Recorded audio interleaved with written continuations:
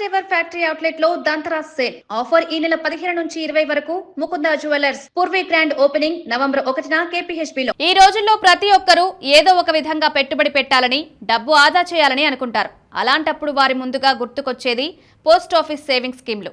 పిల్లలు, బాలికలు, వృద్ధులతో సహా అందరికీ ప్రయోజనం చేకూర్చేలా పోస్ట్ ఆఫీస్ వివిధ పథకాలు అందిస్తుంది. ఎందుకంటే చాలా పోస్ట్ ఆఫీస్ పథకాలు రిస్క్ లేనివి. మీరిక్కడ పెట్టుబడి పెట్టే డబ్బు సురక్షితం. వీటిపై వడ్డీ రేట్లు కూడా ఆకర్షణీయంగా ఉంటాయి. దీనికి ప్రభుత్వం కూడా హామీ ఇస్తుంది. పోస్ట్ ఆఫీస్ అందిస్తున్న ది బెస్ట్ పథకాలలో ఒకటి పబ్లిక్ ప్రావిడెంట్ ఫండ్ స్కీమ్. ఇది భారతదేశంలోని చిన్న పెట్టుబడిదారుల్లో బాగా ప్రాచుర్యం పొందిన పథకం. చాలా మంది తమ ఆదాయంలో కొంత భాగాన్ని వడ్డీని పొందగలిగే సురక్షితమైన ప్రదేశంలో పెట్టుబడి పెట్టాలని కోరుకుంటారు. అలాంటి వారికి ఈ పథకం మంచి మార్గం.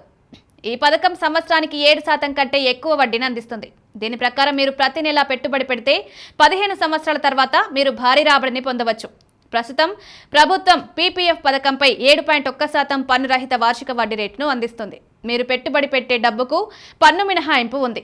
ఆ డబ్బుపై వచ్చే వడ్డీకి పన్ను రహితం. పరిపక్వత సమయంలో అందుకున్న మొత్తం కూడా పన్ను రహితం. అయితే ఈ పథకానికి 15 సంవత్సరాల లాకిన్ వ్యవధి ఉంటుంది. అందువల్ల మొత్తాన్ని మధ్యలో ఉపసంహరించుకోలేరు. మీరు ఈ పథకంలో 500 రూపాయలతో ఖాతాను తెరవచ్చు. గరిష్ట పెట్టుబడి 1.5 లక్షలు.